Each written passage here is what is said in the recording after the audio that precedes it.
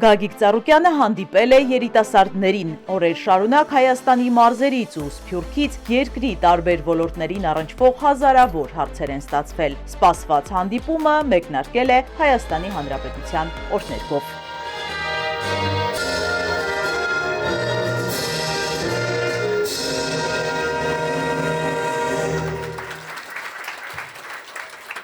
Մինչև հանդիպումը երիտասարդները տարբեր ոլորտներին վերաբերող իրենց հարցերը բարձրացրել էին սոցիալական ու մեդիա հարթակներում։ Այս նախաձեռնությունը վերածվել էր յուրահատուկ համահայկական ֆլեշմոբի։ Մի քանի հազար հարցեր են ստացել, որոնք ուղղված են հասցեագրված են պարոն Ծառուկյանին։ Բնականաբար այդ ծավալի հարցերը ֆիզիկապես հնչեցնելու հնարավորություն չկար, դրա համար աշխատանքային խումբը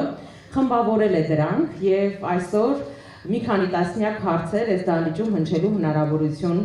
կստանան։ Սպորտի, մշակույթի ոլորտներից մինչև մեծ քաղաքականություն հարցերը բազմաշերտ են։ Մեծ է հետաքրքրությունը առաջարկ Հայաստանին ծրագրի նկատմամբ, որտեղ առանձնահատուկ տեղ է հատկացված երիտասարդներին։ Առաջարկ Հայաստանի նախագիծը շատերի համար անսպասելի տարածում գտավ։ Ինչու եմ ասում անսպասելի, որովհետև այսօր մարդկանց մեծ մասը չեն հավատում որոշ տարատեսակ ծրագրերի եւ խոստումների, բայց մեր ծրագիրը այսօր մեծ տարածում է գտել է մարդկանց տները, դարձել է խոսակցության թեմա։ Հարցս հետևյալն է. առաջարկ Հայաստանի նախագծի հաջողության գաղտնիքը որն է։ Հարգելի երիտասարդություն, ուսանողություն, ես հիացած եմ տեսնելով ինչքան գրագետ բանիմաց խելացի երիտասարդություն ունենք։ Եթե կա խելացի բանիմաց երիտասարդություն, ուրեմն կա ապագա։ Այս անգամ ծրագրի գաղափարը միտքը փոխել եմ, այսինքն այս անգամ ծրագիրը կազմում եք դուք։ Տվյալ ոլորտի ներկայացուցիչները մենք դիմում ենք բոլորին, որը առաջարկ Հայաստանի ծրագրով են ներկայանում, ամեն մեկը ներկայացնում է իր խնդիրը, իր խնդրեմը։ Ինչն է խնդիր, ինչն է խնդրեմ, ինչը լուծվելու դեպքում արդեն ավելի լավ կլինի։ Մարդը կզգա, որ իր մասին մտածող կա եւ հնարավորություն տվող կա։ Ինպես մարդուն ինչ է պետք։ Ամեն ինչ ունեմ։ Աշխարհում եք, ինձ պետք է որ մեր երկիրը զարգանա, հզորանա, անվտանգ լինի, տնտեսությունը զարգանա, երիտասարդության դեմքին ժպիտ լինի, հույսով, հավատով։ Ես էլ եմ եղել ձեր տարիքին, որ սովորեմ, ավարտելուց հետո պիտանի մարդ դառնամ, ընտանիք կազմեմ, ճանաչում ունենամ, լավ ապրեմ։ 25 տարի զբաղվում ենք քաղաքականությամբ, ինչ ծրագրեր կազմում ենք, ասենք մարդիկ լուրջ դեմքով կաբինետներում նստած ծրագրեր են կազմում։ Ծրագիրը կազմում եք դուք, մենք խնդիրն ու խնդրեմի լուծումն ենք տալիս եւ բոլոր ոլորտներում։ Հիմա դուք տեսնում եք առաջարկ Հայաստանին ամեն օր հրավիրում են տարբեր ոլորտի մարդկանց։ Շրջաններում, մարզերում շրջում են, ես ասեմ, որ չասեք, թե դուք ինչ եք առաջարկում, այլ դուք հարցեք ինչն է ձեր խնդիրը, ինչն է ձեր խնդրեմը, որ այդ խնդրեմը լուծենք, մարդը զգա դա վերաբերում է իրեն, ոչ թե ճարտար գեղեցիկ գրեն, այլ իրականությունը լուծումը։ Լուծումն էլ պետք է տանք այնպես, ինչ որ մեր երկիրը ունի, ոնց որ ընտանիքը, այնպես էլ պետությունը։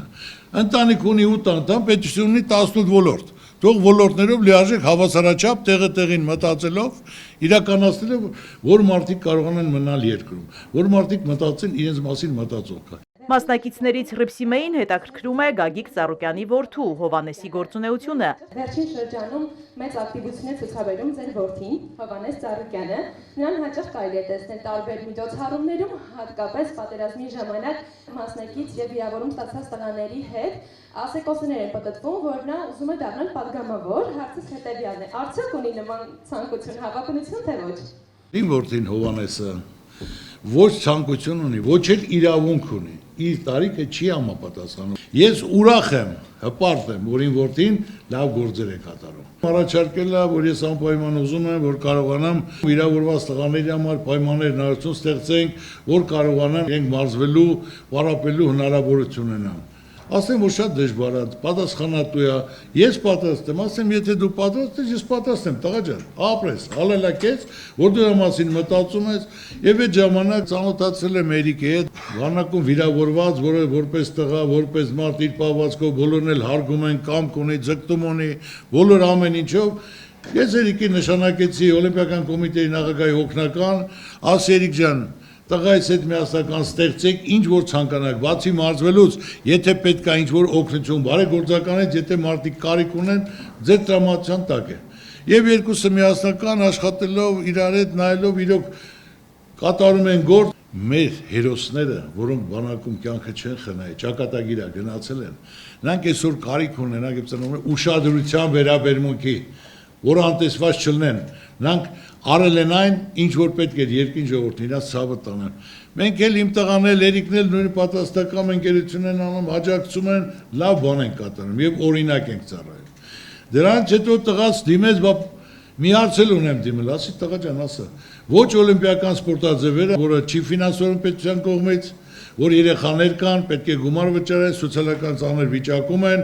մենք ստեղծենք պայմաններ, որոնք պարապեն։ Փայլուն միտք է, դուք ճիշտ հասկացեք, որ երեխաները փողոցից պետք է կտրվեն, հրավիրել ենք բոլոր ոչ օլիմպիական մարզաձևերին, միություն ենք ստեղծել, տղաս ներգրաված է եւ այնտեղ դպրոցներ բացելով, կազմակերպելով, անցյալ տարի 800-ից 1000 հոգի, որը հավաքագրել են, որ երեխաները առանց վճարի պարապում են, որը դա իհարկե մեր երկրի պայման դա շատ փոքր է, քիչ է, որ պետք է լինեն 10000, 20000, 30000, որը մենք պատրաստ ենք։ Ու այդ գործերով նրանք զբաղվում են ու օր-օրի ավելի ընդլայնելով, ավելի մեծացնելով, ասել են, որ Էրիկին էլ եմ ասել, Հովանեսին էլ եմ ասել եւ Գառնիկին եմ ասել, որ կարողանանք ինչ որ պետք է անենք, մենք պետք է ունենանք առողջ սերունդ։ Եթե կա առողջ սերունդ, ուրեմն կա ապագա, եթե չկա առողջ սերունդ, չկա ապագա։ Հովանես Սարոկյանի խոսքով նման ծրագրերը կարևոր են եւ ամեն դետալի մոտենում է մեծ պատասխանատվությամբ։ Պատկերացնում եք, թե ինչքան մեծ է լինելու պատասխանատվությունը, սա առաջին այդ հարցը ինձ հայրս է տվել, որ ես պատկերացնում արդյոք թե ոչ, եւ եթե չպատկերացնեի, ես ինչքան մեծ է լինելու պատասխանատվությունը, չէի մտնի այդ աշխատանքի տակ, չէի ստանձնի այդ աշխատանքը։ Ես շփվելով շատերի հետ ընկերություն անելով մարտարվեստների ներկայացուցիչների, ստացա այդ միտքը եւ սկսեցի մշակել ծրագիրը ու մենք սկսեցինք զարգացնել։ Եվ ասեմ ավելին, այլ խոսքերով դա պատվի հարց է ինձ համար, մենք պետք է այդպես էլ շարունակենք։ Ու ինչպես հայրս է ասում, համաձայն իր խոսքին, եթե չկա առողջ սերունդ, չկա ապագա։ Երիտասարդներին հետաքրքրում է վերջին տարիներին մեզ պատած խեղճության թեման ու դրա հաղթահարման ուղիները։ Շատ հետաքրքրեց ինձ այն հայտարարությունը եւ իմ հասակակից երիտասարդներին, որ դուք նշեցիք մեր հայ ազգին չի սազում այս խեղճ վիճակը եւ ամեն ինչ պետք է անենք, որպեսզի դուրս գանք այս վիճակից։ Հարցս հետեւյալն է, ուզում եմ հասկանալ, ինչը ձեզ ստիպեց այդ հայտարարությունը անել եւ ինչպես պետք է անենք, ինչ գործողություններ պետք է անենք, որ այս վիճակից կարողանանք դուրս գալ։ Արցախի պատերազմից հետո բոլորս էլ կոտրված, խեղճացած, մտքերի մեջ, ինչ որ ասեն անկախ ամեն դա կապ չունի սոցիալական վիճակը, իրավիճակը, ես օրը 100-200 մարդու հետ եմ շփվում, դրսում, արտասահմանում, ազդեցիկ հայրի հետ, սովորական մարդկանց հետ, աշխատողի, շինարարի, փոքր ու միջին բիզնեսի, բոլորը կոտրված են։ Չկա աշխարհում մի հարց, մի խնդիր, որ լուծում չունենա։ Բոլորն էլ լուծում ունեն։ Ես ռեալ ինչին որ կպա ինչ գործին, ասեցի դա պետք է անեմ ամենալավը։ Մենք նայում ենք մեր հնարավորությունը, մեր եղածը, դրա հիման վրա, որ մենք կարողանանք կազմակերպել, մտածել, ծրագիր իրականացնել, այդ հարցերը կարգավորել։ Մենք չենք կարող խեղճացած մնալ, սա մեզ ամոթ է ամբողջ հայությանը։ Մենք պարտավոր ենք միասնական քննարկելու, իրականացնելու, որ մենք կարողանանք աշխարհին ապացուցենք, որ այդ խեղճությունից մենք դուրս գանք, բոլորն էլ մեզ կհարգեն։ Խեղճությունը մեր թշնամին է։ Մենք պետք է մեջքի տանք, էտատելություն, թշնամանք, մերոնք, ձերոնք, բարեկամը հետ չի խոսում, հարևանը հարևանի հետ չի խոսում։ Եղբայր, պետք է վերջ տանք ամեն ինչին։ Մենք պետք է կարողանանք միասնական կազմակերպենք, ով խելոք բան ասում, ով ճիշտ առաջարկ անում, նա պետք է ընդունենք, նա պետք է կատարենք, նա պետք է իրականություն դարձնենք։ Այդ ժամանակ աշխարհն էլ կհարգի եւ մենք նոր դաշնակիցներ էլ կունենանք, ուժեղ մարդու հետ են հաշվի նստում, թույլի հետ ոչ մեկն էլ հաշվի չի նստում։ Անմշակ հողեր ու արտագաղթ երիտասարդների համար կարևոր է նաև գյուղոլորտի զարգացումը։ Գագիկ Ծառուկյանը կարծում է, որ առանց գյուղատնտեսության նախարարության ոլորտը չի զարգանա, ծրագրերը պետք է լինեն հասցեական։ Մեզ շատ հետաքրքիր է դուք ինչ կառաջարկեք, որպեսզի գյուղատնտեսությունը զարգանա, մեր գյուղական բնակիչները բարելավեն իրենց կյանքը, լավ ապագայով ապրեն, էլի։ Ու մեր նպատակն է, որ ունենանք զարգացած երկիր, հզոր պետություն, բարեփոխենք այսօր, ապագան կերտենք վաղը։ Առաջնային խնդիրը հարգելի երիտասարդություն, անհրաժեշտ է, որ գյուղնախարարություն ունենանք։ Առանց գյուղնախարարություն գյուղատնտեսություն չի կարող զարգանալ։ Գյուղատնտեսությունը այսօր երկիրը պահողն է, կերակրողն է, սահման պահողն է։ Բայց որ գյուղնախարարություն չկա, անտերություն, երկարաժամկետ ծրագիր պետք է լինի, գյուղացիների հետ համագործակցեն նայեն։ Թող գնան գյուղերում, ես չեմ ասում, ես նորություն եմ ասում։ Գնան գյուղերում, գյուղացուն ասեն, ի՞նչ է խնդիրը։ Խիչ ես մշակում։ Գյուղացին կպատասխան, չեն մշակում։ Սերմ չկա, ամեն տարի նոր սերմ։ Սերմնաբուծարանները չեն աշխատում։ Մարդուն վարել ցանելու համար հարկավոր է որ սերմ տան, որ նոր սերմ լինի, որ նա ցանի գոնե իր ծախսը կրկնակի երակի գումար պետք է առնի։ Մենք ունենք մոտ 480,000 հեկտար հող, ցաումը 150,000 հեկտար է, որը մնացածը չի ցավում, թողում են արոտավար, գյուղերը դադարվում է, քանդվում է, այսօր ոչ գյուղատնտեսություն կա, ոչ անասնապահություն կա։ Անասնապահությունն էլ դրել են բոյնիներ, մորտման ցեխեր, որ պետք է 50,000, 100,000 տա, այնտեղից բարձի տանին դեղ, այնտեղից տանին դեղ, այն իրա 500 դրամ էլ պետք է ամեն քաշից պետք է այնտեղ վճարի, դա համար են մարդը ոչ պահում, որտեղ մինուս է գնում, չեն անում։ Ավելի շատ ներ են կրում դրսի Հնդկաստանի գոմեշի մսերը, որ մենք կարան գնահատություն տանք, արկել կհանդիսանանք ավելի ռաստամոճկեն մեծ դինի, որ մերը կարողանա ծախվի ամբողջ աշխարհում, ինչը որ այդ պետությունը արտադրում է, արտոնություն հնարավորություն են տալի, որ տեղի մարդը, աշխատողը, արտադրողը մշակողը կարողան առաջերտին իր ապրանքը ծախի։ Գյուղացուն հարկավոր է գյուղերը բոլ երիտասարդություն չի մնում, եղբայր։ Գյուղացին գոնե դե մնալով, կտրված լինելով ամեն ինչով, գոնե իմանա, որ կարողանա բարեկեցիկ իր տունը պահի, իր բալիկներին, իր թորնիկներին, բայց եթե չի կարողանում, ասենք թե գավել գումար վաստակի, ինչի համար է։ Ծերերն են որ մնացել են։ Եթե նրանք էլ թողեցին եկան, ինչ որ մարդել տանեն այնտեղ, նա պետք է ծնված լինի այնտեղ, մեծացած լինի, տեսնի, որ եղանակին ցանում, ինչ սորտ են ցանում, երբ պետք է ցանեն, երբ պետք է հավաքեն, մեծ ուշադրություն պետք է դարձնեն, արտոնություն տան գյուղացուն, որ պետք լինի, պետք է սերմնել ջրի տան, ջուրն էլ ջրի տան, պետք է հոսանքը կամ գազը 50% տան, պարարտանյութը պետք է անվճար տան, բայց ինչի համար է գյուղացին մնում այդ չոլերում, ասենք թե ոչ կենտրոններ կան, ոչ էս թեկուզ մի հատ կենտրոն էլ սարքեն։ Պետք է լինի ընդունման կետեր, սառնարաններ, մշակելուց էլ ասենք թե մնում անտեղ, այնտեղից հավաքեն բերեն քաղաք, հետո 100 դրամով վերցնում են քաղաքում 1500 դրամ վաճառում են, էլի գյուղացին օգուտ ունի։ Գյուղացու մասին հարկավոր մտածել, գյուղնախարարություն բացել, արտոնություններ տալ, դոտացիաներ տալ։ Վարդենիսում կառուցել եմ, որը եկան ինձ դիմեցին, ասեցին, կառուցեցի սառնարան, որը 12,000 տոննա, դեռ էլի պետք է կառուցենք, դա քիչ է։ Ուրբաթ օրը գնալու եմ, եթե որից հայ ես դու։ Գնալու ենք տես ինչ են կարել, ինչ ներդրում են կարել, որ անհնարին ոչինչ չկա, որ կարող են կազմակերպել, սարքել, դնել ու ապացուցել եւ մրցակցություն կա, եւ որակ կա, եւ էկոլոգիապես շատ մաքուր։ Հատիս լեռան գագաթին վերհառնող Հիսուս Քրիստոսի արձանի գաղափարը մեծ ոգևորությամբ են ընդունել։ Վստահ են աշխարհին ներկայանալու ենք նոր այցեքարտով, զբոսաշրջային քարտեզի վրա մեր երկրի անունը կարմիրով է գրվելու։ Պարոն Ծառուկյան, մեզ հետաքրքիր է այն հարցը, որ դուք Քրիստոսի արձանը համարում եք որպես ներքին համերաշխության, ազգային վերածննդի եւ աշխարհին ներկայանալու խորհրդանիշ։ Մենք ցանկանում ենք իմանալ, թե ինչ նկատի ունեք հենց այս ձևակերպումների տակ։ Մեր ազգը միշտ հպարտ ազգ է եղել, ուժեղ ազգ է եղել, խելացի ազգ է եղել, աշխարհով մեկ։ Ոչ մի ազգություն այդքան տարբեր ոլորտներում մարդ չի ունեցել, ասենք հիմա այսօր ցանկացած ոլորտում որ վերցնես աշխարհի մակարդակով 10-ից 1-2-ը հայ են։ Բայց այսօր մենք ասելու բան չունենք։ Չկա ասելու բան։ Բայց մենք ոնց կարանք տեն լուր նստենք, պետք է կարողանանք ապացուցել, որ մենք ուժեղ ենք, մենք պետք է կարողանանք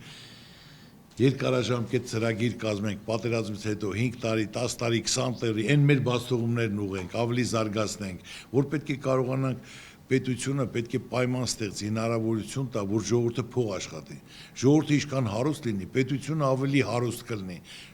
Ժողովուրդը պետության մեջ ժողովուրդը աղքատ է, պետությունը աղքատ է թույլ է։ Դա ակսիոմ է, դա քննարկման ենթակա չի։ Դու պետք է հնարավորություն տաս, մարդը հարստանա, ուժեղանա, ավելի շատ փող դնի եւ ավելի գնացածներն էլ հետ վերադառնան։ Աշխարհի առաջի քրիստոնյա ազգը մենք ենք։ Բայց ինչի համար մինչև այսօր չենք արել։ Ու իմ նպատակը սա է, որ դա ազգային վերածննդի հաշտության, համերաշխության աշխարհին ներկայանալու խորհրդանիշ։ Իմ ընտանիքը այդ գումարը առանձնացրել է։ Միայն պետք է որ ազգովի կառուցեն, որ բոլորը մասնակցեն մի հատ քար դնեն, որ ոչ թե Ծառուկյան ընտանիք, այլ դա ազգովի Ծառուկյանի միտքն է եղել, բայց ազգովի են կառուցել։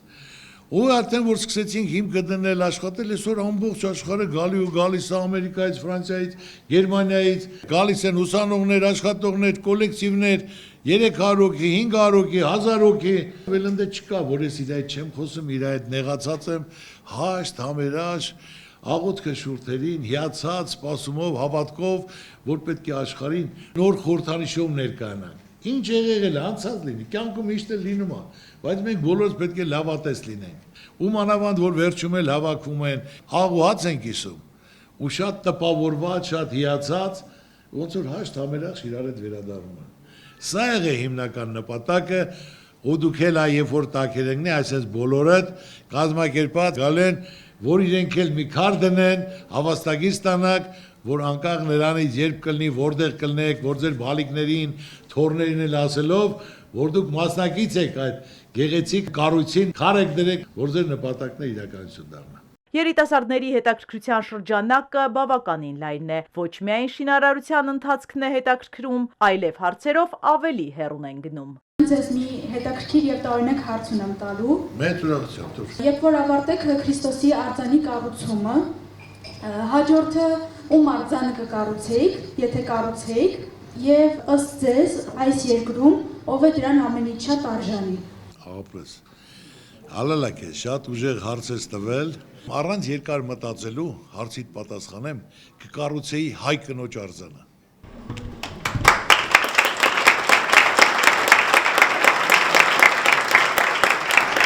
Հայ կանայք արժանեն մեծարման, գնահատականի, ամենա, ոնց ասեմ, որ ցանկացած հզոր տղամարդու հարցնես, որ մենք ինչ էլ անենք մեր կանանց համար, միևնույնն է պարտք ենք մնում։ Տղամարդու պատիվը ընտանիքի անունը դա կինն է պահում։ Նրանք արժանեն մեծարման, գնահատականի։ Եղել է պատերազմ։ Մարդիկ իրենց որդիներին կորցրել են, կանայք կորցրել են իրենց որդիներին, այդ վիշտը, ցավը, սպին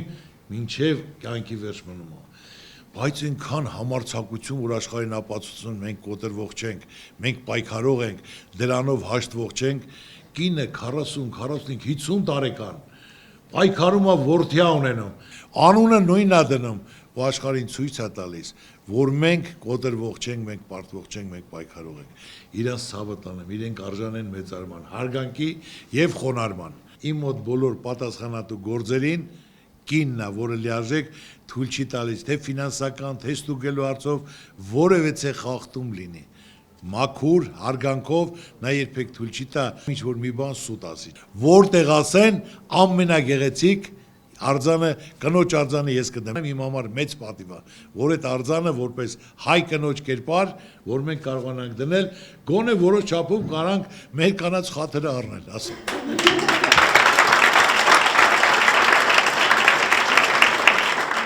Քաղաքականությունից տնտեսություն, գյուղատնտեսությունից մշակույթ հանդիպման ժամանակ այս ու այլ ոլորտներին վերաբերող հարցեր են հնչել։ Մեկ հարց ունեմ, որը կարող է ձեզ դուր չգալ, ուր էիք վերջին 5 տարիների ընթացքում եւ մեր պետությունը անցնում է դժվարությունների միջով։ Մանե ջան, ուր էի Հայաստանում, ձեր կողքին, ժողովրդի կողքին, լավ ու վատ օրերով ձեր հետ եմ եղել։ 2020 թվականին Թուրքիան զորավարություններ է անում Ադրբեջանում, ինչի համար անում, զորքերա կուտակում։ Ես հավաքեցի իմ թիմին, խորհրդակցություն արեցինք, ասացի, որ լավ հոտ չի գալի, վտանգ է Ղարաբաղի համար, Ղարաբաղն են կորցնելու, զոհեր ենք տալու։ Դրանից հետո որևիցե մեկը, ասենք, ընդդիմությունը, քաղաքական գործիչները, պետությունը ոչ մեկ չհանդիպեց, ասեց Ծառուկյան ջան, ինչի համար ես այդպիսի բաներ ասում, ինքը ինչն է, ինչ պատճառով ես դու ասում։ Ոչ մեկը։ Այդտենց էլ մնաց։ Ես ասեմ հունիսի 5-ին, հունիս, հուլիս, օգոստոս, սեպտեմբեր, սեպտեմբերի 27-ին պատերազմը սկսեց։ Այդ ժամանակ ես բանտում էի։ Իմ տղաներին փաստաբանի միջոցով իմաց արեցի, սիրտս կտոր էր լինում, որ ես 4 ամիս առաջ եմ ասել։ Տղաներից ասի տեղակ բայ, թող մի քանի միլիոն ինչքան կհավաքեն, թող Ղարաբաղ գումար ուղարկեն մեր ընտանիքի կողմից։ Անկախ նրանից ես բանտում եմ, բայց մեր աջակցություն մասնակցությունը պարտադիր է։ Ուղարկել են։ Հետո եղավ նոյեմբերի 9-ը։ Ցույցեր, միտինգներ, ժողովուրդը Քաղաքական գործիչները այսպես չի լինի, նոր ընտրություն, նորապետ, այսպես չի կարա շարունակվի։ Դիմել են ինձ, ես իմ թիմին հավաքել եմ, ամենամեծ խմբակցությունը ես ունեի, ասեմ իմ թիմակիցներին, եթե ժողովուրդը ուզում է, որ պետք է լինի ընտրություն, մենք համաձայն ենք թող լինի նոր ընտրություն։ Էլ իմ թիմով պատրաստվել ենք, ծրագրեր կազմել ենք, հիմնական ամենակարևորագույն կետերը վարկային խնդիրը, որը դրած էր ոնց պետք է լուծվի, որ մենք ունենք 650,000 ընտանիք, 2,400,000 վարկառու, եղել է տնտեսական ճգնաժամ, համաճարակ պատերազմ։ Պարտավոր է պետությունը քայլ կատարելու, մարդկանց այդ ցեխից հանելու, որ լիարժեք մարդիկ կարողանային շունչ քաշեին, առողջապահության համար եղե, ուսանողության համար եղե, փոքր ու միջին բիզնեսի, գյուղատնտեսության, ներկայացել ենք շատ գեղեցիկ, ոչ մեկ չի կարդացել։ Ընտրությունից հետո նորից հրավիրել եմ իմ թիմին, ասելով շնորհակալ եմ ովքեր որ մասնակցել են ընտրության, շնորհակալ եմ ովքեր մեզ ձայն են տվել եւ շնորհակալ եմ իմ թիմից։ Իմ թիմը լավ չի աշխատել, մենք լավ չենք աշխատել, չենք կարողացել ժողովրդին տեղեկացնել մեր ծրագրերի մասին, ուրիշներ ավելի լավ են ներկայացել, ես ցավը տանեմ, այսօր էլ թող նրանք էլ ժողովրդի առաջ պատասխան տան։ Ու մենք էլ անցել ենք մեր գործին, դրանից հետո շրջափակման ժամանակ օրը գիշեր կազմակերպելով, օգնելով, ֆուրերով, ինչ որ պետք է եղել։ Օգնել ենք ամեն ինչով, բոլորը տեղի ղեկավարությունը Արցախի գիտի, ժողովուրդը գիտի, ճանաչողները գիտեն, օգնել ենք։ Հետո շրջափակման ժամանակ բոլոր ծնված երեխան ինչքան երեխա ծնվել։ Ասեմ կազմակերպեք ոսկե խաչեր հանձնենք այդ երեխաներին, դա պատմություն է, որ նրանք կմեծանան պիտանի մարդ կդառնան, կզգան ու տեղի ժողովուրդն էլ կզգան, մենք իրաց չենք մոռացել, մենք միշտ իրենց կողքին ենք։ Դրանից հետո եղավ հայաթափման, որ ասենք թե ամբողջ հայությունը եկավ Հայաստան, դադարք եկել են, կազմակերպելով, օգնելով սնունդա, բնակարանը տեղավորել ենք, սնունդով ապահովել ենք, գործով ապահովել ենք։ Դրանից հետո սկսել եմ Քրիստոսի արձանը կառուցել։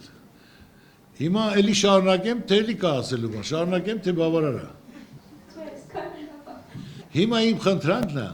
որ այս հարցը դու են ցանկացած քաղաքական գործիչներին տաս, այն մեծ խոսացողներին էլ տվեք, որ նրանք ինչ են արել։ Ու նորից առաջարկ Հայաստանին ծրագրի մասին։ Մասնակիցներից Նաիրան տպավորված է այս ծրագրի ամբողջ պրոցեսի թափանցիկությամբ, հարցն էլ հենց դրա մասին է։ Սկզբում ես էլ չէի հավատում այդ մրցույթին, հետո դուք խոստացաք, որ անձնապես եք երաշխավորելու այդ արդյունքների արդարությունը։ Ես մասնակցեցի եւ շատերի նման հաղթողների ցանկում էի, իրականում աչքերից չէի հավատում, որ առանց արդարություն կարող է լինել։ Որ առանց ծանոթի, առանց որևէ մեկի օգնության կարող եմ հաղթել։ Հարցս շարունակության մասին է, ինչ է լինելու այդ առաջարկների, գաղափարների հետ։ Երբ որ ուսանող երիտասարդության այդ հարցը ծրագիրը ոնց պետք է ուսանողները ներկայացնեն իրենց խնդիրը, պրոբլեմը, որ դա լուծումները մենք տանք, որևէ տայնի ասի կազմակերպի դե դիմի մրցույթ են կայտարարում, որ հաղթողները կպարգևատրվեն, ասում է 10 օր, 15 օր, չէ, ոչ մի բան, մի հատ, երկու հատ, մի շաբաթ, 2-3 հատ, դե իմ մոտ արդեն հետաքրքրություն առաջացավ, խի ոնց sense կարող է լինել, ես դասախոսներին հարցեցի, մոտ մարդկանց հարցեցի, ու պատահական մի երիտասարդ պարոն Ծառուկյան, մի հարց կարող եմ ձեզ տալ, ասի աղջիկներ, ինչ է, որ դուք մրցույթ եք հայտարարել, ասի այո, բայց ասեց արդարացիա լինելու։ Ես չասի ոնց արդար։ Անձամբ ես հետևելու եմ արդարացի, այո, 100% արդարացիա լինելու։ 2-3 օր հետո արդեն 100, 200, 300, 400, 500 առաջարկները արդեն հասկացա։ Դե հիմնական խնդիրը անարդարության խնդիրն է, որ պետք է ու չիմանալով կարող ասենք այսքան նստի, չարչարվի, թուղթ սևացնի, մեկ անդե պայմանավորվել են ծանոթ բարեկամին մեր կողմը պարգևատրում տալու են ու վերջ։ Ամենա ընդունված, հարգված մարդկանց հանձնաժողովի անդամ ընդգրկել ենք։ Բացի դա, մի անգամ էլ ես հատուկ վերցել եմ, նայել եմ, կարդացել եմ ու ասեմ այդ ժամանակ, որ զգացի մենք ինչքան գրագետ, պատրաստված, բանիմաց երիտասարդություն ենք, որ կարելի է հիանալ, հպարտանալ, տուն եմ տարել, մորս եմ տվել, կնոջս եմ տվել, ասեմ կարդացեք, ու նրանք էլ հիացած ինչ բանիմաց երիտասարդություն ունենք։ Պետք է լինի արդարություն։ Ես ասեմ, հավասարի դեպքում, որ իմ տղան մրցույթին մասնակցի, ես կամաչեմ հաղթանակ իմ տղային տամ։ Այնպես որ այդ անարդարությունը կա, պետք է ուղղվի, որ բոլորն էլ վստահ լինեն։ Հաղթել է ուժեղը, հաղթել է խելացին, հաղթել է արդյունավետը։ Ու բոլոր ոլորտում էլ եւ առաջընթաց կլի, եւ զարգացում կլի։ Ես ձեզ առաջարկում եմ ձեր այդ թիմով միանալ այս մեծ թիմին, որ դուք ձեր ծրագրերը, առաջարկները կյանքի կոչեք։ Պարոն Ծառուկյանը բոլոր հնարավորությունները ձեզ կտա։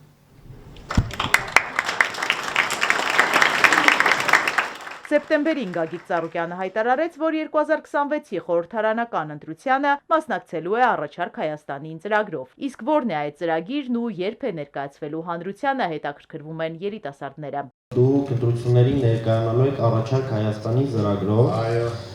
Եվ հարցս հետևյալն է, թե ինչ ձևաչափով եք մասնակցելու ընտրություններին։ Խեմ ես հարցս անձնավորում, քանի որ խոսակցություններ կար, որ դուք չեք մասնակցելու ընտրություններին։ Ոչ չեմ մասնակցելու։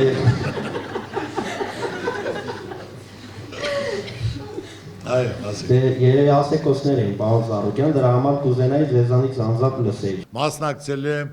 Բարգավաճ Հայաստան կուսակցությունով եւ մասնակցելու եմ առաջարկ Հայաստանին ծրագրով։ Ծրագրի մեջ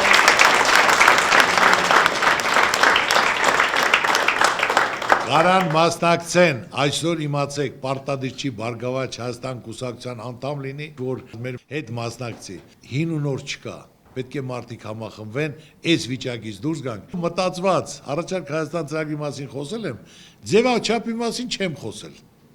Այսօր ուզում եմ ասել, կարևորը, որ բոլորը դուք էլ իմանաք, մնացած բոլոր ժողովուրդն էլ, ընտրողներն էլ, այս երկրում ապրողներն էլ իմանան։ Ամենակարևորը կուսակցությունը չի, թե կուսակցությունը ում հետ կգնա, դաշինքով կգնա, մանդատ կստանա, որ համարն է, կարևորը պետությունն է, կարևորը մանդատը չի, կարևորը արդյունքն է, այնպես որ, դες մարդկանց մտածելակերպը շատ դիտական, կամ մնացած հարցերն են, ես մոտ ժամանակներս ձևաչափը կներկայացնեմ շատ գեղեցիկ անակնկալներով, այնպես որ շատ չի մնացել, կներկայացնենք բոլորն էլ թող տեսնեն, հանգստանան, տեսնեմ դրանից հետո ինչ են ասել։ Երբ առաջին անգամ հայտարարեցիք առաջարկ Հայաստանի նախագծի մասին, դուք ասացիք, որ սա վերկուսակցական ծրագիր է եւ ձեր համար կարևորը մարդու գիտելիքն է եւ աշխատելու պատրաստակամությունը։ Բայց ես նաև լավ եմ հիշում, որ դուք ասացիք, որ դուք անձամբ չեք հավակնում վարչապետի պաշտոնին։ Իսկ ունեք թեկուզ ձեր մտքում վարչապետի թեկնածու։ Ես ասել եմ, մեկ անգամ եւս հաստատում եմ, որ վարչապետի պաշտոնին հավակնություն չունեմ, ցանկություն չունեմ։ Ես վարչապետի պաշտոնին թեկնածու ունեմ, իհարկե ունեմ։ Մեկի տեղը 3 ունեմ։ Մեկը մեկից գրագի հետ, մեկը մեկից ուժեղ, պատրաստված։ Իսկ այդ թեկնածուները նախկիններից են, թե ներկաներից։ Ուրեմն ասեմ ձեզ, արգելի երիտասարդություն, մենք պետք է մոռանանք նախկինն էլ ներկան էլ։ Խոսում ենք ապագայից, ապագայի վարչապետ է։ Մեր երկրին պետք է ապագա։ Այնպես որ նախկին ու հին ու նորը մոռանանք, խոսենք ապագայի մասին։ Հնչում է սոցիալական ցանցերում ամենաշատ տարածված հարցերից մեկը։ Դուք մի քանի անգամ հայտարարել եք, որ դուք չեք ավարտել Հարվարդ։ Ու սա փոխաբերական իմաստով նշանակում է, որ դուք չեք ասում, դուք ամենան եք։ Սա ըստ իս մեծ հարգանքի առարկա մոտեցում է, որովհետև ոչ բոլորը կարող են վեր կենալ ու սեփական անձի մասին այդպես խոսել։ Հարցս հետևյալն է։ Արդյոք դուք պատրաստ եք ձեր շուրջը համախմբելու պայմանական ասած Հարվարդ ավարտածներին։ Հիմա նոր դուք կյանք եք մտնում, կշփվեք, կտեսնեք, անցնի 5 տարի, 10 տարի, 15 տարի։ Ծառուկյանի ասածը դուք կհիշեք միշտ։ Որ միշտ մարդիկ, հզոր մարդիկ, կարող մարդիկ, ազդեցիկ մարդիկ շատ համեստ են։ Այն որ մարդիկ իրենցից բան չեն ներկայացնում, գլուխ գովալ, պահվածքով, նրանք դատարկ մարդիկ են։ Այսօր տնտեսությունը զարգանում է ոչ թե էժան աշխատուժի վրա, այլ գիտության հիման վրա։ Այսօր ամբողջ աշխարհը Չինաստանի չի կարող մրցի։ Պետք է այսօր կարողանանք գիտելիքը օգտագործենք։ Հայաստանում գիտության վրա գումար չի դրվում, գիտության վրա պետք է դնես կարող է 3 տարի արդյունք չլինի, 4-րդ տարին այնպիսի արդյունք լինի, որ ամբողջ տնտեսությունն էլ, պետությունն էլ պահեն, զարգացնեն, հզորանա, բյուջեն էլ ավելանա, գումարներն էլ ավելանա, կա ոլորտներ, որ էժան աշխատուժով չէ գիտության հիման վրա։ Ու ամենակարևորը այսօր Հայաստանում ոչ թե աշխատատեղ չկա, մասնագետ չկա։ Կարույց չկա, որ կարողանա մեր այդ բանի մած ավարտած, դրսում են ավարտել, ինչ են ավարտել, որ ֆակուլտետ են ավարտել։ Մենք այսօր պահանջարկը հենց մեր երկում է պետք։ Ինչքան ուզում ես հզոր եղի, դու եթե բանի մած մասնագետներ չունես, որ կարողանան տեխնոլոգիաները մասնագիտական օգտագործեն, հաջողություն չես կարող ասես։ Ես հիմա քեզ ասում եմ, կարող են կազմակերպել, ներկայացնել, ուսանող ավարտել է այս ինչ տեղը, այսքան ես պատրաստ եմ հավաքի, քանի հոգի կուզես։ Ինձ էլ գրավիրեք, ես կգամ, բոլոր հարցերն էլ կպատասխանեմ։ Ձևաչափն էլ կորոշեք։ Հայաստանի արտաքին քաղաքական վեկտորի վերաբերյալ հարցը տարբեր բևեռների մասին է։ Ռուսամետ կամ արևմտամետ խոսույթն իրականում սխալ ձևակերպում է, ասում է Գագիկ Ծառուկյանը։ Պարոն Ծառուկյան, ընդունված է գործիչներին, քաղաքական ուժերին, անգամ սովորական մարդկանց բաժանել արևմտամետերի եւ ռուսամետերի։ Այդ բաժանման մեջ դուք ձեզ որտեղ եք տեսնում։ Ով ուզում է մեր ժողովրդին բաժանի արևմտամետ եւ ռուսամետ, դա մեր թշնամին է։ Ոչ մեկին պետք է մենք չթշնամանանք ոչ մեկի հետ։ Մենք գործիք չենք, խաղալիք չենք, ինչ ճիշտ հասկացեք։ Մենք ոչ մեկի հետ պետք է չխզենք։ Այսօր ամբողջ աշխարհը ուզում է Ռուսաստանի հետ հարաբերություն ստեղծի, հարաբերություն պահի, Ամերիկայի հետ ուզում են հարաբերություն պահեն, Չինաստանի հետ ուզում են հարաբերություններ պահեն։ Մենք ինչի համար պետք է թշնամանանք, փոքր պետություն լինելով, ով ծրագիր կներկայացնի, ավելի մեծ ներդրումներ կատարի, անվտանգություն կապահովի, ավելի լավ պայմաններ կստեղծի, որ մեր ժողովուրդը ապահով լինի, պաշտպանված լինի, տնտեսությունը զարգանա, հզորանա,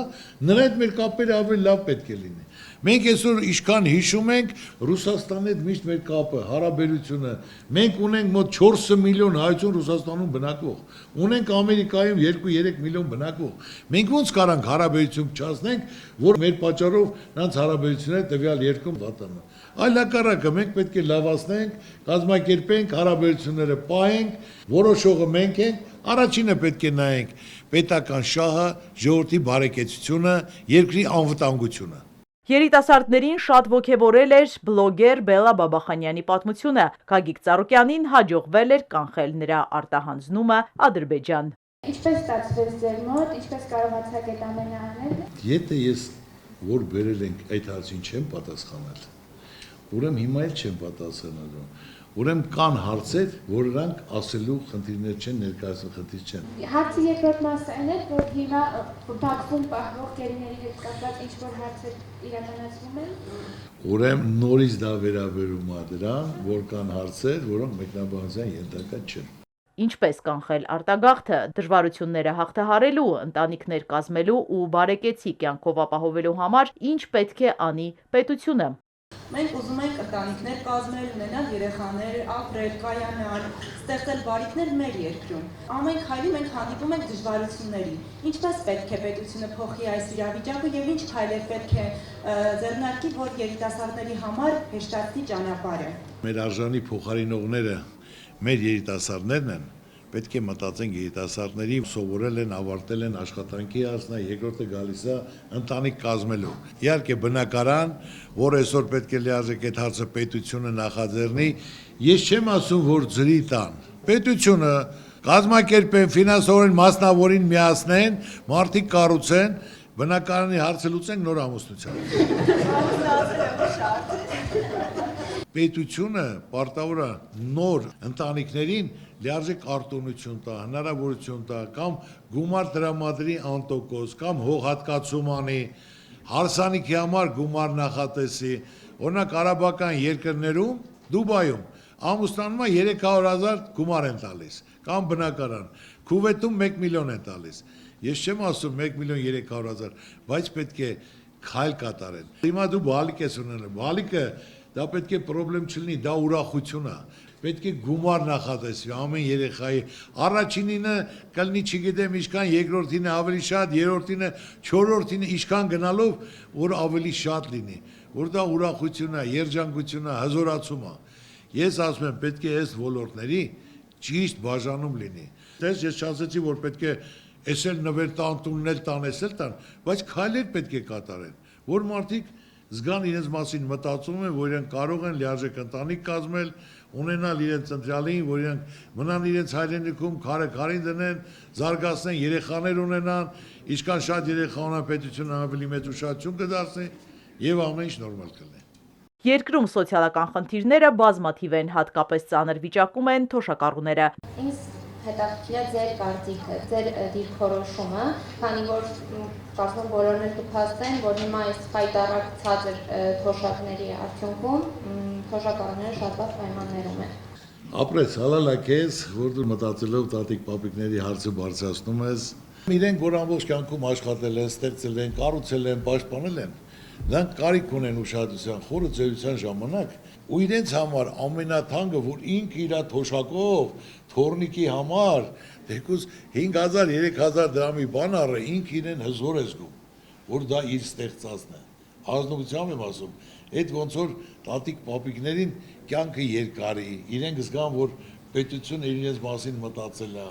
իրենք իրենց գումարով են դա անում, դեմքների ժպիտ է գալիս ու թոշակով առը։ Թոշակները պարտադիր պետք է բարձրացվեն։ Ես տես ուրիշների պես չես գործի մարդ եմ, չեմ ասում 100,000, 200,000,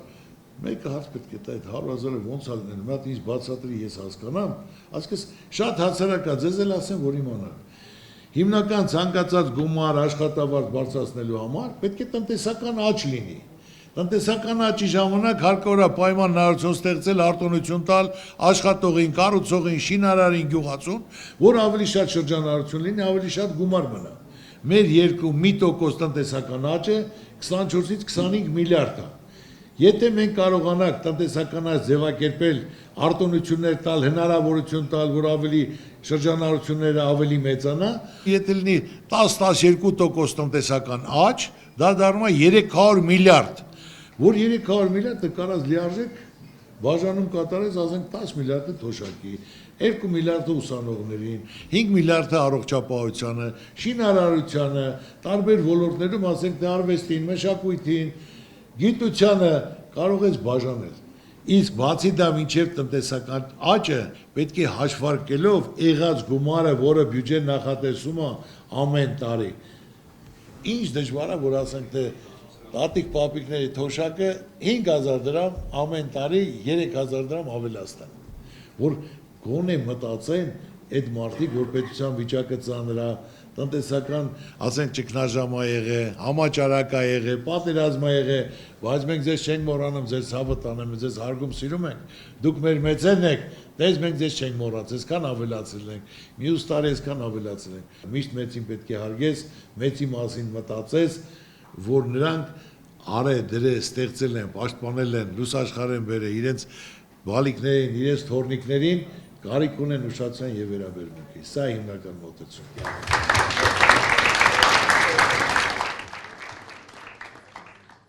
Հաջորդ հարցը համացանցում ակտիվ տարածվող մի տեսանյութի մասին է, որտեղ երիտասարդ աղջիկը խոսում է հայկական կոնյակի Չերչիլի ցիտատով սկսեմ, վստահ եմ գիտեք, վերջինս ասել է երբեք մի ուշացեք ճաշից, ծխեք հավային սիգարներ եւ խմեք հայկական կոնյակ։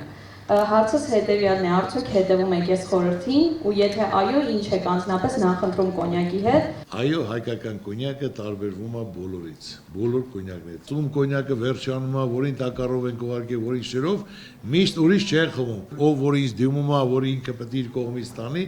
անընդհատ իրեն մենք հետ ենք ուզում, որ ուղարկում են գնում են։ Ով կցանկանա ով կոնյակ խմում է, բոլորին կբերես կոնյակի գործանից մի օր երկու օր առաջ կասեք, մենք բոլորս այնտեղ համտես կանենք, Չերչիլը օրական մի շիշ կոնյակը խմել, մի հատ էլ սիգարա ծխել, բայց սիգարը երբ որ Չերչիլ դառնա, այն ժամանակ նոր դուք կփորձեք, շոկոլադը ես ձեզ կույրացրեմ։ Գագիկ Ծառուկյանը վստահ է, միասնաբար ու համատեղ ուժերով է հնարավոր երկիրը ոտքի հանել։ Արդյոք պատրաստ եք գնալու շրջել Հայաստանի հեռու եւ մոտիկ գյուղերով, շփվել մարդկանց հետ տեղում եւ խոսել նրանց հետ իրենց խնդիրների մասին։ Ով կցանկանա, որ տարածքում, որ տեղում, որ համայնքում, գյուղում, փողոցում, դրսում, ներսում, դա ուսանող կլինի, ծառայող կլինի, գյուղացի կլինի, շինարար կլինի, մեծ ուրախությամբ, մեծ ցանկությամբ։ Նույնը երիտասարդության հետ, եթե հարցեր կան խոսալու, քննարկելու, պատրաստ եմ ասելու, ներկայացնելու, խորհուրդ տալու։ Եվ ամփոփելով հարց ու պատասխանը երիտասարդներին հետաքրքրում է, թե որն է Գագիկ Ծառուկյանի ամենակարևոր խորհուրդը իրենց։ Խոսքով ոչ մեկին չհավատակ։ Դա պետք է լինի պահված գործունեություն, արարք ժամանակ։ Անպայման։ ապացուցում է նվիրվածությունը, հավատարմությունը գործով ժամանակի հատվածում, որ մարդ ունենում է լավ ու վատ օրեր, թե իրենց ոնց են պահում։ Հիմնական հացը ցանկացած մարդ ուզում է, որ իր կյանքում ինքը խապված չլինի։ Ոնց որ կինոյում գրքում է, ամեն մարդ ուզում է ընտրյալ ընկեր, իր զույգը, իր կյանքի ընկերը լինի հավատարիմ նվիրված, որ անմնացորդ մինչև վերջ հավատարիմ, երջանիկ, ժպիտով կարողանաք վայելել, ստեղծել եւ ապրել։ Շնորհակալություն։